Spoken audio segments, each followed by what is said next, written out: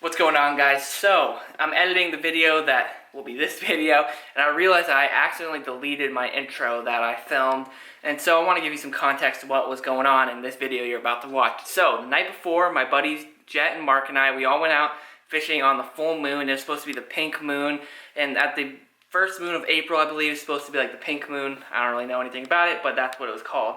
And we went out, and we had a ton of fun. We caught a few moonfish, some small jack, and a few snook, but it really wasn't anything crazy to show, and I didn't feel like it was worth making a video because this is pretty much what the night looked like.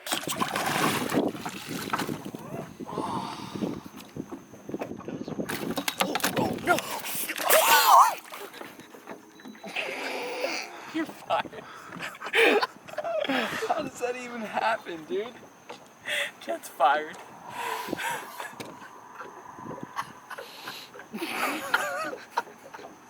That is terrible. So, the video you're about to watch, I want to do something different. I want to try to target some grouper and some snapper and some triple tail. And things didn't quite go as planned, but it was still a ton of fun. So I hope you guys enjoy what you're about to watch. We have made it out on the water. It is extremely windy today. We're going to start out throwing a jig, and we're going to move into a little residential canal here and see if we can maybe find some grouper, some snook, whatever we can find really. But we're going to start out flipping a jig.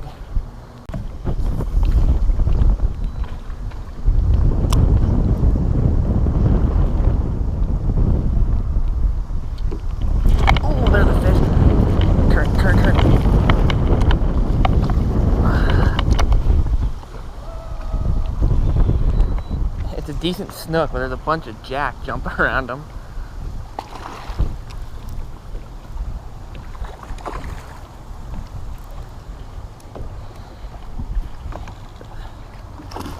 There he goes right there. That's okay. Alright, well that was one fish hooked. That was very quick. That was probably my 5th cast today. That gets me pumped, man. Look at the amount of seaweed that is underneath this dock. This is what I was saying when I was doing my intro, that we have a chance to catch some triple tail today because there's just an enormous amount of seaweed blowing up into the river right now.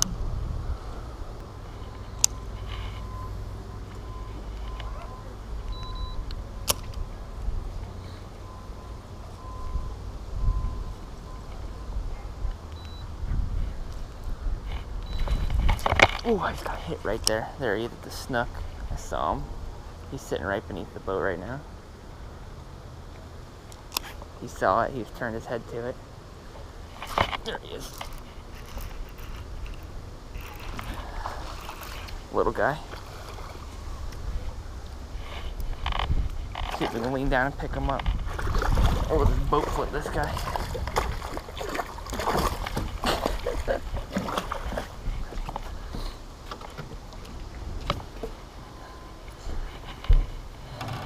Alright, first fish landed today right there, just a little, probably 20-inch snook. Pop this jig out, and there he goes right there. That's okay. Good, buddy. There he goes. Alright, first fish down.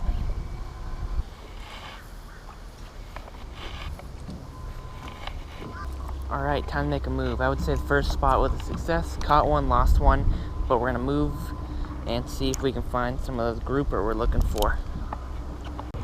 Alright, we're going to flip a dock line now. I'm still throwing the jig. I really think the jig has become one of my favorite go-to lures now. I've been catching a ton of fish on them, and they're kind of like almost what I use as a replacement for an artificial shrimp, but just it catches bigger fish really. It just weeds out the smaller fish because a 10-inch snook can't eat this big of a profile.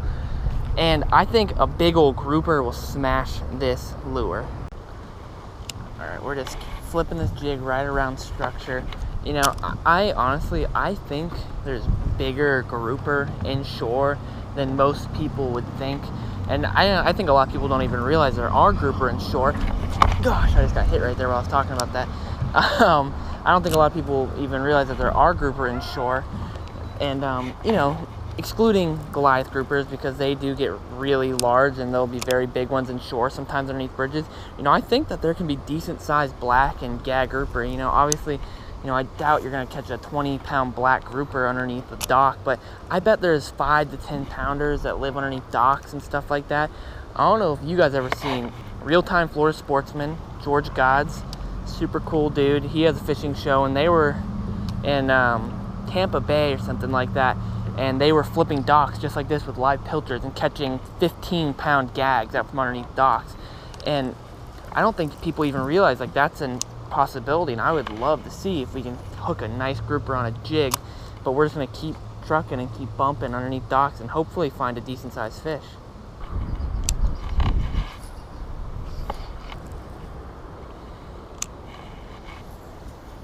We have moved a little further back. The water I was fishing before was extremely clear, which isn't always a bad thing, but I was not getting any bites because I feel the water was so clear they could really examine what I was throwing. And it's so windy you probably can't hear me. But we moved. The water's a little dirtier back here. Shouldn't say dirtier, I should just say has lower visibility. And we're gonna see if we can stick one on the jig. Still looking for that grouper or that triple tail. Really, the process is going to be throwing the jig underneath the docks for the grouper and hoping that one will just smash it. And the triple tail, we should be able to visibly see him if we're going to target and throw at one. And I have a rod rigged up in the back that has a little shrimp on it, a 2-inch shrimp. And so if we see a triple tail, we'll throw at him. But we're going to throw for grouper and just keep our eye open for some of those triplies.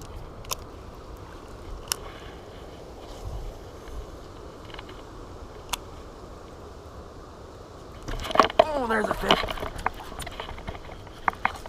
It's a barracuda. Barracuda on the bass jig? That's first, I think.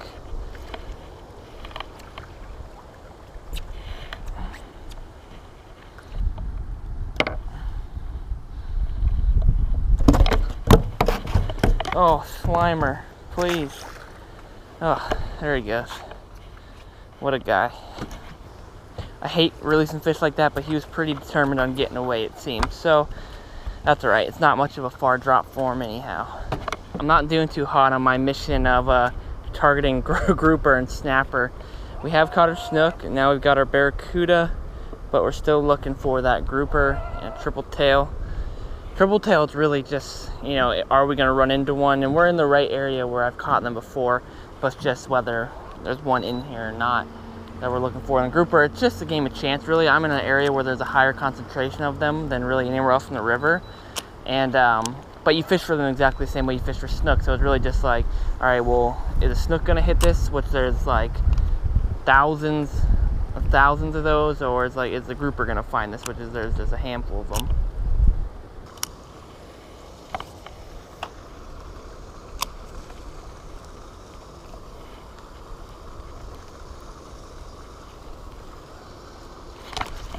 Oh my god, dude.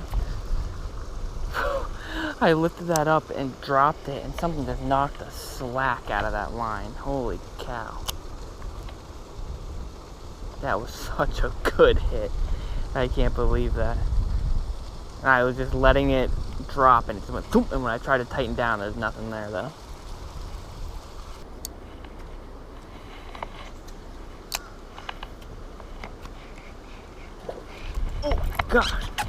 God, Jack, get out of here.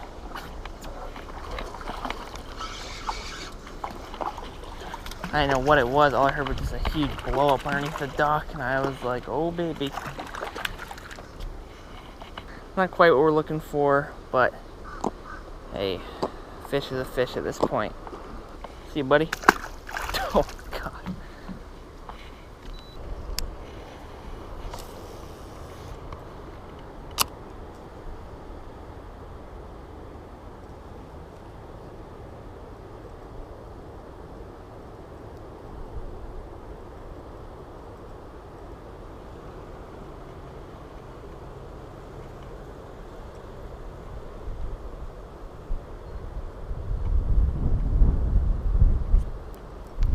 Oh my god!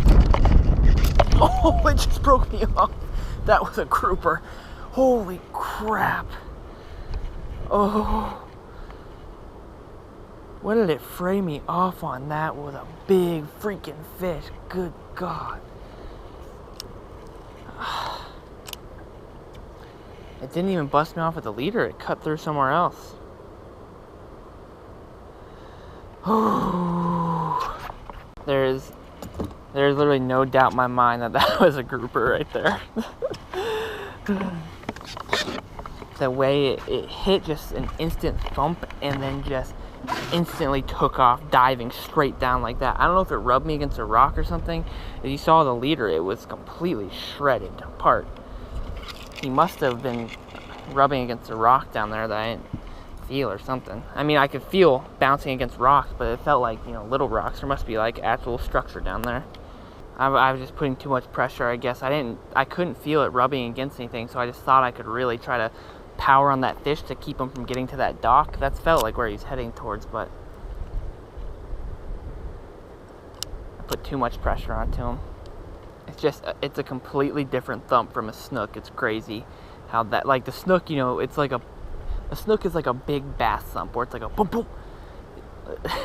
But the grouper, it just tries to rip the rod out of your hand, and it tries to take off in a downward direction, where snook typically they're either going to come up or go side to side. But that was just hit and then instantly shooting towards structure as hard and fast and at a downward angle. Now it's hard to say if that fish followed me out from the pilings or if I picked him up out here in the middle, but I ain't even being over dramatic about how big of a fish that felt like it was. Alright, this will be the last dock of the night here. Let's see if our grouper's here.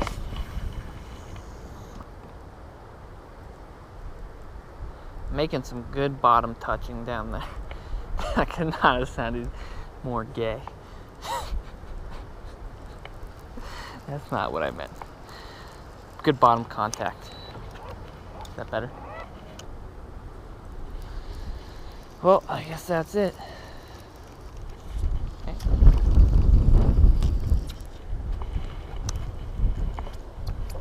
Well, guys, that'll do it for today. You know, I was talking about earlier about how whenever I set a specific fish that I want to target that day, it never happens. I'll catch the opposite. Like today, I wanted to catch grouper and maybe some triple tail, and I caught snook. I did hook. There's no doubt in my mind that that last fish was a grouper. If you ever hooked a grouper, even bottom fishing, but on an artificial particularly, there is no more distinct hit than when you hook into a grouper. It tries to snatch the rod out of your hands, and the run is powerful and straight down like that. And that is exactly what that fish did. Man, I don't know why I horsed it. I'm normally so gentle on fish and like a little baby on them, and that for some reason though, I stuck that fish so hard, and then he's trying to run, I was not letting go on the drag, and I was hammering him because I just thought in my mind, all right, this fish is going to break me off on that piling, so I need to stop him from getting there. But he was rubbing already on some structure down that I didn't know was down there. But you live and you learn. Fun day regardless. I definitely want to put in more time targeting some of these grouper inshore, because that felt like a big fish. It felt like a really good fish. You know, obviously not a 20-pound offshore grouper, but it felt like that thing could have been 8 to 10 pounds, if maybe bigger. You just never know what you're going to catch inside, really. You know, the inlet is not far away. It could blow anything into the river. But maybe next time we'll hook into a big grouper. I would love to do that soon enough. For now, I'm done for the night. Gonna head in. I appreciate you guys so much. Thank you for watching. See you.